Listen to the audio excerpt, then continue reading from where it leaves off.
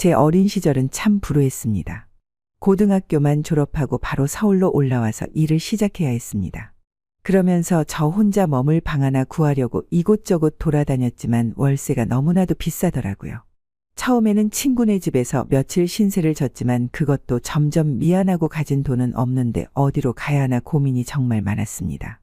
그러던 중 바닥에 전단지 한 장이 갑자기 제 눈에 들어오더라고요. 최신식 시설 고시원이 월 15만 원이라 월세는 절반 가격이고 식사랑 김치 제공. 이렇게 적혀 있었습니다. 당신 아이가 어려서 매일 배가 고픈 입장인데 식사랑 김치까지 준다니 너무나 좋았습니다. 그래서 보자마자 곧장 종이에 적혀 있는 고시원 전화번호로 전화를 바로 걸었죠. 전화를 해보니 고시원 원장님이 사람이 좋아 보였습니다. 전화 너머로 저를 반가워하며 좋은 방이 하나 남았다고 보러 오라고 하더라고요. 그거라도 놓치면 큰일 날 것 같아서 주저할 겨를도 없이 바로 갔습니다. 이제는 친구네 있기 미안해서 나가려던 참에 찬밥 더운 밥 가릴 신세가 아니었습니다. 그래서 전화를 끊고 바로 고시원으로 찾아갔어요. 그런데 제가 생각했던 것보다 고시원 건물 자체가 되게 칙칙하고 낡았더라고요. 흔히 귀신 나올 것 같이 생겼는데 건물 외관이 그 정도면 고시원 내부는 어땠겠어요? 말로 할 수가 없죠. 들어가니 온갖 냄새도 나고요. 그래도 고시원 사장님이 반갑게 맞아주며 부엌이라고 소개를 해주는데 거기를 들어가니 너무 놀랐습니다. 청소를 얼마나 안 했는지 벽지에 곰팡이가 어마어마하게 피어있고 가스레인지에 끼인 기름때가 딱 눈에 들어왔습니다. 근데 참 특이하게도 방은 정말 깨끗했습니다. 창문은 없었지만 그래도 냄새도 안 나고 상당히 깨끗했기에 한 달에 15만 원인데 이 돈으로 어디 가서 이런 방을 구할 수 있을까 싶어 그 자리에서 바로 계약을 하기로 했어요. 그렇게 이제 방을 구했다고 안도하고 있는데 문득 고시원 원장님이 저한테 조용히 이야기하더라고요. 바로 옆방에 할머니 한 분이 사시는데 가끔 좀 시끄러울 수도 있는데 이해 좀 해달라고 하더라고요. 제가 뭐 딱히 공부하려고 고시원에 들어가는 것도 아니니 알겠다고 하고 그렇게 신경 쓰지 않았습니다. 처음에는요. 고시원에서 주는 저녁도 먹고 좁디 좁은 방에서 누워 있었는데 정말로 제 바로 옆방에서 시끄러운 소리가 들리더라고요. 무슨 통화를 하는 것 같기도 하고 혼잣말을 하는 것 같기도 하고 뭐 많이 신경 쓸 정도는 아니어서 저는 일단은 찾아가서 말할 정도는 아니라고 생각했습니다. 원래 고시원이 이런 거구나 했죠. 그런데 갑자기 제 방문을 두드리는 소리가 나는 거예요. 처음에는 고시원 원장님인가 했습니다. 그런데 문을 여니까 어떤 할머니 한 분 혼자 서 있었습니다. 얼굴에 주름이 많지만 인상이 참 좋으셨는데 제 마음이 안 좋았던 건 정말 추운 한겨울인데 떨어진 내복 하나만 입고 계시더라고요. 그러면서 저보고 오늘 들어왔냐고 고시원에 대한 이런 얘기 저런 얘기를 많이 해주시더라고요. 처음에는 말동무가 필요한가 보다 싶었습니다. 그렇게 한참을 이야기하다가 한 손에 들고 있던 봉지에서 락앤락통을 여러 개 꺼내시더니 저한테 건네주시더라고요. 고시원 밥이 부실한데 이거 먹으라면서요. 젊을 때 많이 먹어야 된다며 자기 같은 늙은이는 곧 죽을 거라 안 먹어도 된다고 했습니다. 저는 괜찮다고 사정했는데 너무 거절할 수는 없어서 열어보니 귤 한 봉지하고 사과와 파전이 있었습니다. 아주 그냥 바리바리 싸주셨더라고요.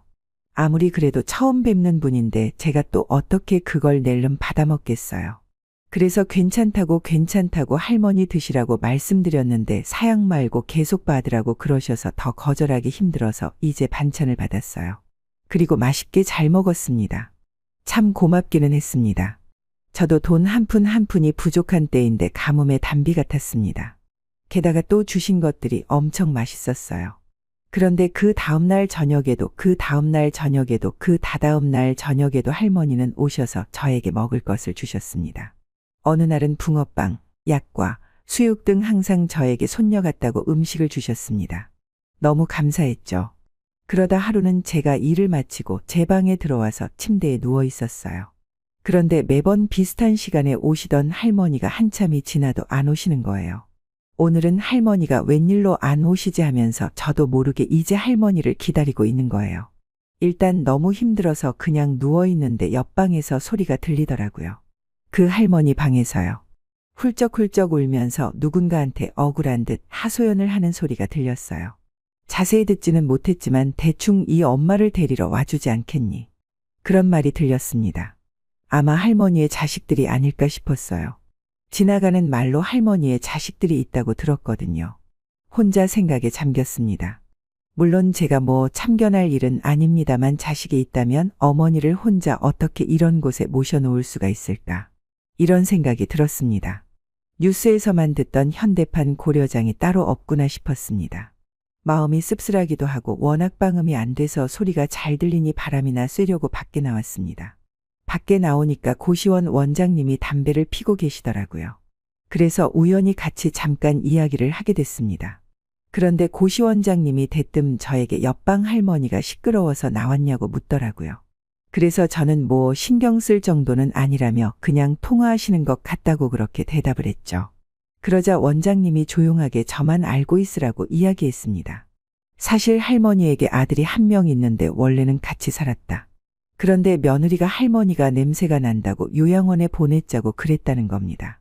근데 요양원이 돈이 한두 푼이 아니다 보니 글쎄 아들이 조용한 곳에 가서 살라고 여기 고시원을 보냈다는 거예요. 그래서 저는 그럼 아들이 엄마를 보러 오냐고 물어봤죠. 그랬더니 할머니가 고시원에 들어오신 지 지금 약 4년 정도가 되었는데 그동안 한 번 왔다고 그러더라고요. 원장님 하는 말이 할머니를 찾아오는 날에 빈손으로 와서 할머니한테 10,000원짜리 몇 장 주고 바로 가더라는 겁니다. 제가 그 얘기를 듣는데 참 아들이 너무하다 싶었죠. 그래도 전화는 자주 한다고 생각했습니다. 옆방에서 할머니가 전화 소리가 종종 들리니까요. 그래서 원장님께 물어봤죠. 그래도 밤마다 아들분이랑 통화하는 거 아니냐고 말이에요. 무슨 이야기를 하길래 매일 그렇게 서럽게 우시는 거냐 그랬더니 할머니가 아들한테 집에 한번 가보고 싶다고 손녀도 안아보고 싶다면서 자기를 데리러 와주면 안 되겠냐 엄마가 그렇게 밉냐고 그런다는 거예요. 그 와중에 아들은 바보같이 며느리한테 잡혀 사는지 절대로 안 된다고 그러고 있답니다. 아무리 그래도 자기 엄마인데 이게 말이나 되는 일일까요? 아마도 저한테 반찬 챙겨주고 이야기하고 하는 게 저를 손녀로 생각하고 해주신 게 아닌가 싶었습니다. 할머니도 손녀 음식 챙겨주고 싶고 아들이랑 이야기도 하고 싶고 그러실 테니까 저한테 그러신 게 아닌가 생각이 들더라고요. 그날 이후로 옆방에서 할머니 울음소리가 들리거나 목소리가 들리면 또 아드님이랑 통화하셨구나 마음이 안 좋으시겠다 생각이 들면서 한번 찾아가서 말동무라도 해드릴까 싶었지만 저도 저 혼자 먹고 사는 게 바쁘다 보니 그렇지 못했습니다. 누가 누굴 챙기나 싶어 저를 저렇게 매일같이 챙겨주시는 할머니를 뭐 제대로 도와드리지 못했어요. 이제 그렇게 시간이 흘렀죠. 저도 매일을 밤낮으로 여러 일을 하면서 겨우겨우 원룸 보증금을 모았습니다. 드디어 이제 조그마한 방이라도 갈 수 있겠구나 싶었는데 마침 할머니가 짐을 바리바리 싸들고 고시원 계단을 내려오고 계신 거예요. 제가 이제 도와드리면서 어디 가시냐고 무슨 짐이 그렇게 많으냐고 여쭤봤죠. 어디 가시냐고 물어봤더니 할머니는 이제 고시원을 나가려고 그러신다는 거예요. 그러다가 자기가 저를 위해 준비한 선물이 있으시다면서 바닥에 쭈그려 앉아 가방 안에서 뭐를 막 찾으시더라고요. 그러다 열쇠고리를 하나 꺼내셨는데 네잎클로버 열쇠고리였어요. 길을 가다 네잎클로버가 보여서 그걸로 직접 열쇠고리를 만들어 주셨더라고요. 그러면서 저한테 좋은 선물을 못 줘서 미안하다고 늙은이 말동무해줘서 고맙다고 그러셨습니다. 저도 참 마음이 안 좋았습니다. 그간 정이 많이 들어있었습니다. 참 섭섭하더라고요. 할머니가 뜬금없이 갑자기 떠나신다고 하니 그래서 그 겨울에 목도리도 하나 없이 목이 훤하게 계시길래 제가 끼고 있던 장갑이랑 목도리라도 둘러드렸죠. 그날 처음으로 저도 할머니에게 무언가 베풀어 본 거예요. 그간 1년 동안 맨날 받아만 먹다가 드디어 할머니에게 선물을 드려봤더니 할머니가 그 자리에서 장갑을 끼고 목도리를 두르시더니 세상 밝은 얼굴을 하시고 정말 고맙다며 인사하고 가시더라고요.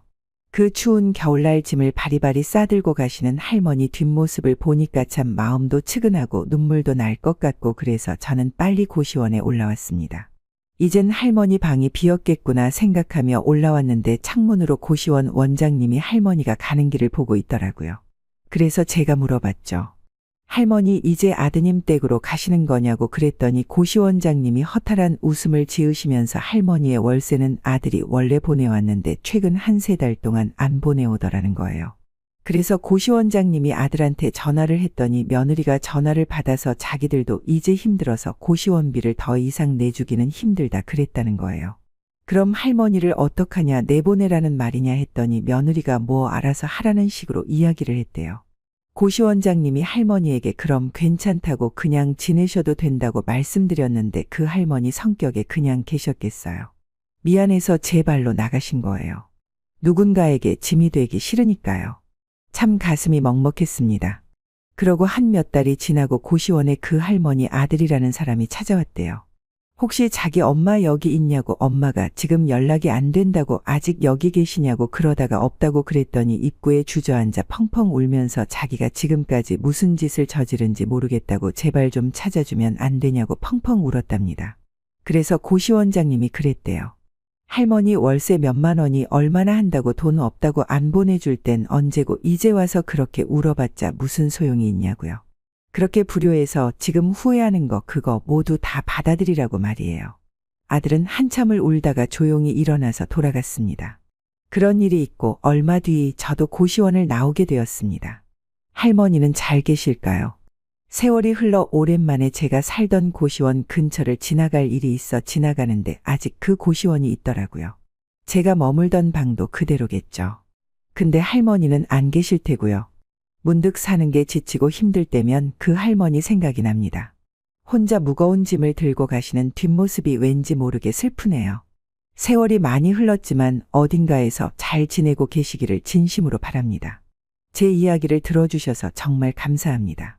앞으로도 인생의 희노애락과 지혜를 담은 이야기를 들려드릴 테니 구독과 좋아요 한 번씩만 부탁드릴게요.